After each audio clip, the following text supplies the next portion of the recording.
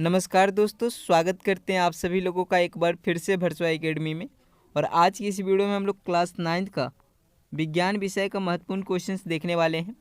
यह जो question set है यह मॉडल प्रश्न पत्र का है जो झारखंड बोर्ड द्वारा ऑफिशियली 2024 में जारी किया गया है। अब इसमें जो भी क्वेश्चन है वो सारे आपके एग्ज़ाम 1 मार्च को जो आप लोग का साइंस का एग्ज़ाम होगा उसके लिए काफ़ी ज़्यादा इम्पोर्टेंट है। ठीक है, तो वीडियो को शुरू से लेकर अंत तक देखना है, साथ में अपने दोस्तों के बीच शेयर कर देना है ताकि वो लोग भी देख लें। ठीक है, चलिए हम लोग एक एक क्वेश्चन को देखेंगे, समझेंगे क्या कैसे इसका आंसर आएगा, इससे रिलेटेड और किस प्रकार से आप लोग को क्वेश्चन एग्जाम में पूछा जा सकता है। यहाँ देखिएगा, पहला क्वेश्चन है, एक वस्तु आर त्रिज्या के वृत्ताकार पथ में घूम रही है, आधे वृत्त के बाद उसका विस्थापन होगा। आधा वृत्त के बाद उसका विस्थापन क्या होगा हम लोग को बताना है। ठीक है, विस्थापन होता क्या है, जैसे मान लीजिए यहाँ से यहाँ तक की एक दूरी है, यहाँ पर आपका घर है और ये आपका स्कूल है।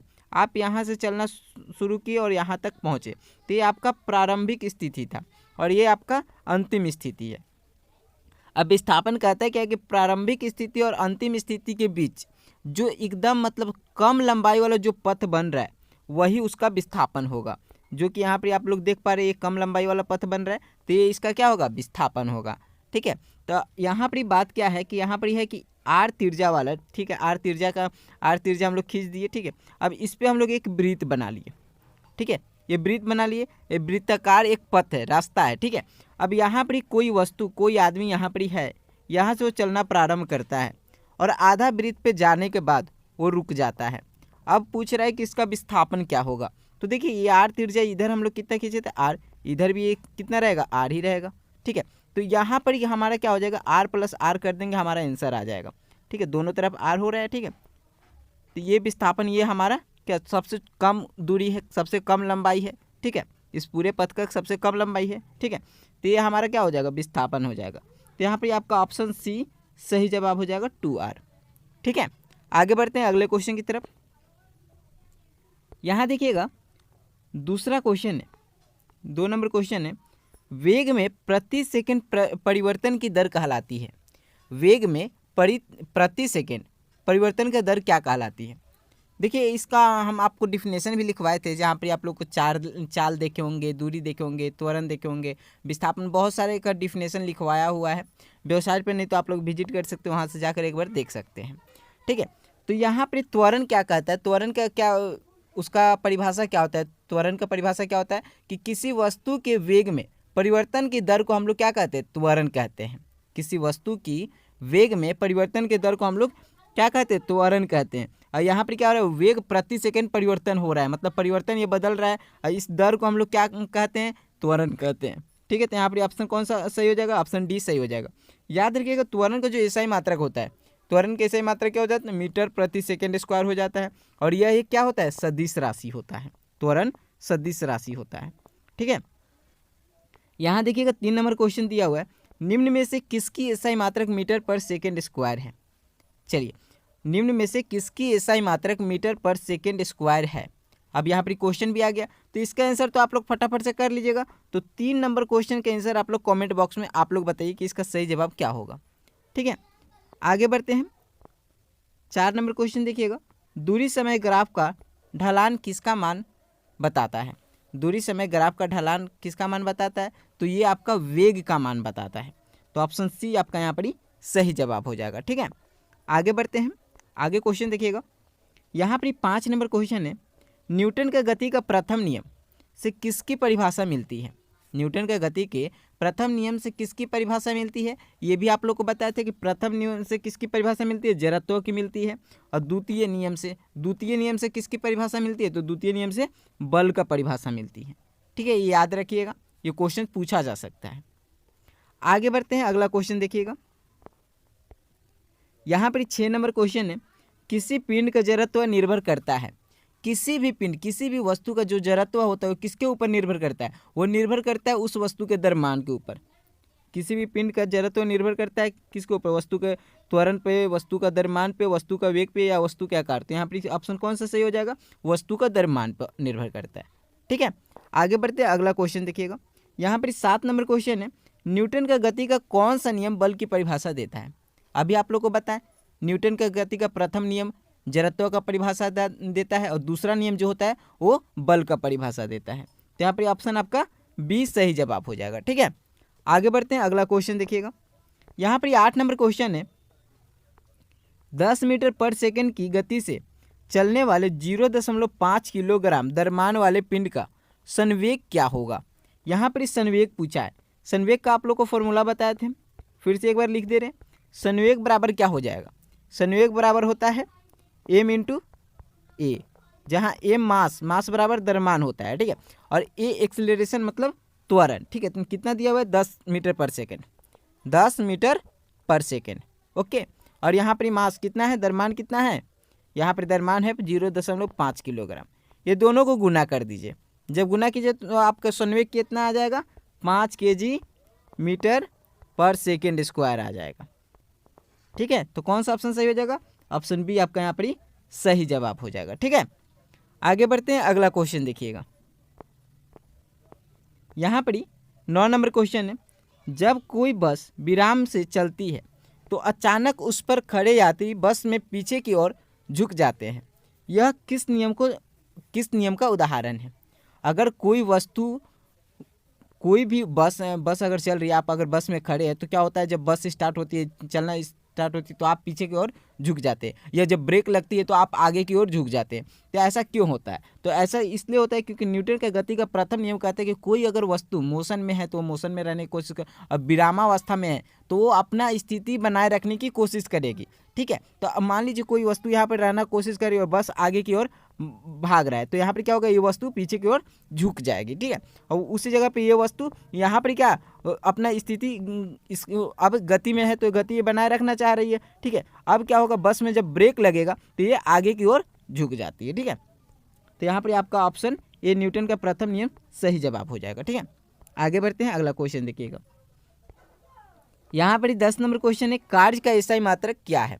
कार्य का एसआई इकाई क्या होता है, तो कार्य का एसआई इकाई क्या होता है, जूल होता है। एसआई मात्रक कहिए या एसआई इकाई, दोनों बात एक ही है, जूल हो जाएगा। ठीक है, ऑप्शन सी आपका यहाँ पर सही जवाब हो जाएगा।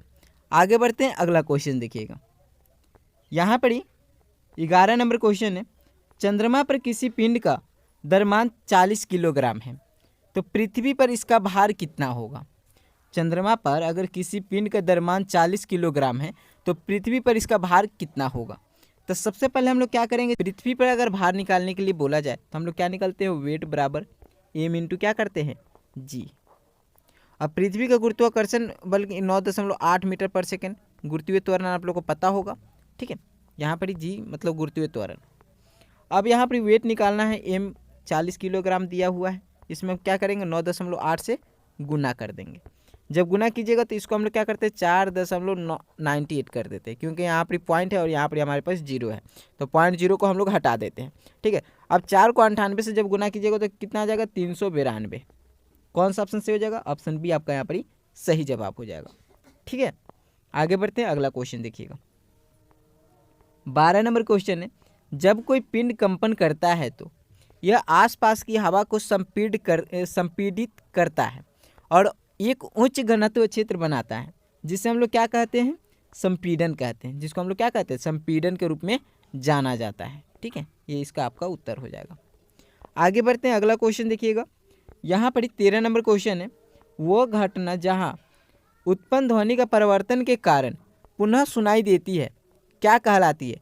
कोई भी ऐसा जगह आप चल जाइए जहाँ पर इस चारों तरफ से मतलब एकदम टकराव हो रहा है, तो क्या होगा, वहाँ पर जब ध्वनि परिवर्तन होगी, आपका ध्वनि जाएगी फिर वो वापस आएगी, तो उसको हम लोग क्या कहते हैं, ध्वनि गूंज रही है। ठीक है, तो ऑप्शन यहाँ पे सी सही जवाब हो जाएगा। ठीक है, आगे बढ़ते हैं, अगला क्वेश्चन देखिएगा। 14 नंबर क्वेश्चन है, निम्नलिखित में से किस पदार्थ में कणों के बीच आकर्षण बल सबसे कम होगा। कणों के बीच आकर्षण बल सबसे कम होगा यानी गति बहुत ज़्यादा गति करेगी। यहाँ देखिए कार्बन डाइऑक्साइड, दूध, रुई या चीनी, तो कौन सा ऑप्शन यहाँ पर सही हो जाएगा, कार्बन डाइऑक्साइड, क्योंकि ये गैस है और गैस के कणों के बीच आकर्षण बल क्या होती है, बहुत कम होती है। ऑप्शन ए आपका यहाँ पर ही सही जवाब हो जाता है। और सबसे ज़्यादा आकर्षण बल किसके पास होती है, तो वो ठोस के पास होती है। यहाँ देखिएगा 15 नंबर क्वेश्चन है, किस तापमान पर पानी ठोस और तरल दोनों अवस्था में पाया जाता है। तो ठोस और तरल अवस्था में पाया जाता है किस अवस्था में, तो 0 डिग्री सेल्सियस पे जो पानी होती है वो ठोस और तरल अवस्था में पाई जाती है। बर्फ़ में कभी कभी आप लोग पानी भी देखे होंगे, ठीक। तो वही बोल रहे हैं कि ठोस और तरल अवस्था में कब पाई जाती है, तो 0 डिग्री सेल्सियस पे, क्योंकि इसी समय वो पानी जो होता है वो परिवर्तित होता है, ठीक है। आगे बढ़ते हैं, यहाँ देखिएगा 16 नंबर क्वेश्चन है, 100 ग्राम जल में 20 ग्राम चीनी मिलाया गया, उस विलयन की सांद्रता प्रतिशत में ज्ञात करें। देखिए विलयन की सांद्रता पूछा है यहाँ पर, प्रतिशत में ज्ञात करें, तो उसके लिए हम लोग को सबसे पहले विलयन ज्ञात करना होगा। विलयन ज्ञात करना होगा तो इसका फॉर्मूला क्या होता है वो अभी आप लोग नोट कर लीजिए, क्योंकि ये सब एग्जाम में आएगा तो हो सकता है वैल्यू चेंज हो जाए, तो वहाँ पर आप लोग आंसर कैसे कर पाइएगा। तो यहाँ पर जो ज़्यादा होता है उसको हम लोग विलायक बोलते हैं, जो कम होता है उसको विलय बोलते हैं, ठीक है। तो विलयन हम लोग कैसे पता करते हैं, विलयन बराबर क्या होता है, विलायक जोड़ विलय, विलायक जोड़ विलय, ठीक है। अब यहाँ देखिए विलायक कितना है, विलायक है 100 ग्राम प्लस विलय कितना है 20 ग्राम, ठीक है। ये दोनों को जोड़ लेंगे 120 ग्राम हमारा आ जाएगा, ठीक है। अब आगे देखिए, हम लोग को क्या ज्ञात करना है, विलयन की सांद्रता। विलयन की सांद्रता का फॉर्मूला क्या होता है, विलय विलय बाई बिलियन, बिलियन इंटू 100, ठीक है। अब यहाँ देखिए विलय कितना है, विलय है 20 ग्राम और बिलियन अभी हम लोग कितना निकाले हैं 120 ग्राम, ठीक है। इसको हम लोग क्या करेंगे 100 से भाग दे देंगे। यहाँ देखिए 0 से 0 को काट देंगे, 2 से 12 को काट देंगे 6 बार में। अब इस 6 से हम लोग 100 को काटेंगे, ऊपर में 100 है नीचे में 6 है, तो 6 कम 6, ठीक है। अब यहाँ क्या बचेगा 4 बचेगा, 4 और यहाँ पर क्या रह रहा है 0 रह रहा है, 4 0 40 हो जाएगा, तो 6 36, 6 6 36, फिर यहाँ पर हम लोग अब 36 और 4 यहाँ पर क्या बचेगा, अब हमारे पास यहाँ पर केवल 4 बचेगा, तो यहाँ पर एक पॉइंट देंगे, पॉइंट देंगे तो यहाँ पर फिर 0 आ जाएगा, तो ये हमारा क्या आएगा 16.66666, ठीक है। तो यहाँ पर देख लेंगे 16 कौन सा ऑप्शन है, ऑप्शन बी आपका यहाँ पर सही जवाब हो जाएगा, ठीक है। आगे बढ़ते हैं, अगला क्वेश्चन देखिएगा 17 नंबर क्वेश्चन है, घनत्व का एसआई मात्रक क्या है। घनत्व का एसआई मात्रक क्या होता है, केजी पर घन मीटर, केजी पर घन मीटर, ठीक है। तो कौन सा ऑप्शन यहाँ पर सही हो जाएगा, यहाँ पर आपका ऑप्शन सी सही जवाब हो जाएगा, ठीक है। आगे बढ़ते हैं, यहाँ देखिएगा 18 नंबर क्वेश्चन है, दिए गए कौन गुणधर्म निलंबन का है। निलंबन का इसमें से कौन गुणधर्म है, तो बिस्मांगी मिश्रण जो होता है वो निलंबन का गुणधर्म है, मतलब ऑप्शन सी आपका यहाँ पर क्या हो जाएगा सही जवाब हो जाएगा, ठीक है। आगे बढ़ते हैं, अगला क्वेश्चन देखिएगा, यहाँ पर 19 नंबर क्वेश्चन है, कपूर और नमक के मिश्रण को किस विधि द्वारा अलग करेंगे। कपूर और नमक के जो मिश्रण होते हैं उसको हम लोग ऊर्ध्वपातन विधि द्वारा अलग करते हैं, यानी ऑप्शन ए आपका यहाँ पर सही जवाब हो जाएगा, ठीक है। आगे बढ़ते हैं, अगला क्वेश्चन देखिएगा, यहाँ पर 20 नंबर क्वेश्चन है, द्रव्यमान संख्या बराबर होता है। द्रव्यमान संख्या जो बराबर होता है किसके बराबर होता है, प्रोटॉन और न्यूट्रॉन की संख्या के योग के बराबर होता है। यहाँ पर योग करना चाहिए था, और उसमें आप लोग इंग्लिश में देख सकते हैं कि the sum of the number proton and neutron लिखा हुआ, लेकिन यहाँ पर योग शायद छूट गया, ठीक है। तो प्रोटॉन और न्यूट्रॉन के योग के बराबर होता है कौन, द्रव्यमान संख्या। आगे बढ़ते हैं, अगला क्वेश्चन देखिएगा, यहाँ पर ही है 21 नंबर क्वेश्चन है, NH3 का आणविक द्रव्यमान क्या होगा। N का मतलब नाइट्रोजन, H का मतलब हाइड्रोजन, आणविक द्रव्यमान पूछा है, तो N का यहाँ पर द्रव्यमान क्या होता है, N का द्रव्यमान होता है 14, ठीक है, और H का 1, H का 1, लेकिन H यहाँ पर कितना है 3 है, H कितना है 3 है, ठीक है। तो 14 इंटू क्या करेंगे 14 प्लस हम लोग क्या करेंगे यहाँ पर प्लस 1 इंटू 3, सॉरी यहाँ पर 3 हाइड्रोजन बोला है, यानी 3 को हम लोग हाइड्रोजन को प्लस करेंगे, ये आपका आंसर होगा। कितना जोड़ लीजिए 14 1 15 1 16 1 17, ऑप्शन डी आपका यहाँ पर सही जवाब हो जाएगा। 21 नंबर क्वेश्चन का ऑप्शन डी सही जवाब हो जाएगा, ठीक है। आगे बढ़ते हैं, अगला क्वेश्चन देखिएगा, अगर कोई क्वेश्चन ना समझ में आ रहा हो तो कमेंट करके बताइएगा ज़रूर से। 22 नंबर क्वेश्चन देखिए, स्थिर अनुपात का नियम या निश्चित अनुपात का नियम क्या है। स्थिर अनुपात का नियम और निश्चित अनुपात का नियम क्या है, तो ऑप्शन बी यहाँ पर सही हो जाएगा। रासायनिक पदार्थ में तत्व हमेशा द्रव्यमान के अनुसार निश्चित अनुपात में मौजूद होते हैं, ठीक है, ऑप्शन बी सही जवाब हो जाएगा। आगे बढ़िएगा, यहाँ देखिएगा 23 नंबर क्वेश्चन है कि निम्नलिखित में से कौन 36 ग्राम जल का सही प्रतिनिधित्व करता है। 36 ग्राम जल यानी 2 मोल, 36 ग्राम जल यानी 2 मोल H2O। ठीक है, तो यहाँ पर 2 मोल जल, ऑप्शन ए आपका यहाँ पर सही जवाब हो जाएगा। ठीक है, यहाँ देखिएगा 24 नंबर क्वेश्चन, न्यूट्रॉन पर आवेश रहता है।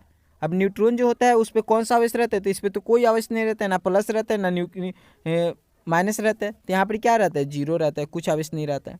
कौन सा ऑप्शन सही कर देंगे, ऑप्शन बी हम लोग यहाँ पर सही जवाब बताएंगे। ठीक है, ऑप्शन बी यहाँ पर सही जवाब हो जाएगा। ओके, आगे बढ़ते हैं, अगला क्वेश्चन देखिएगा।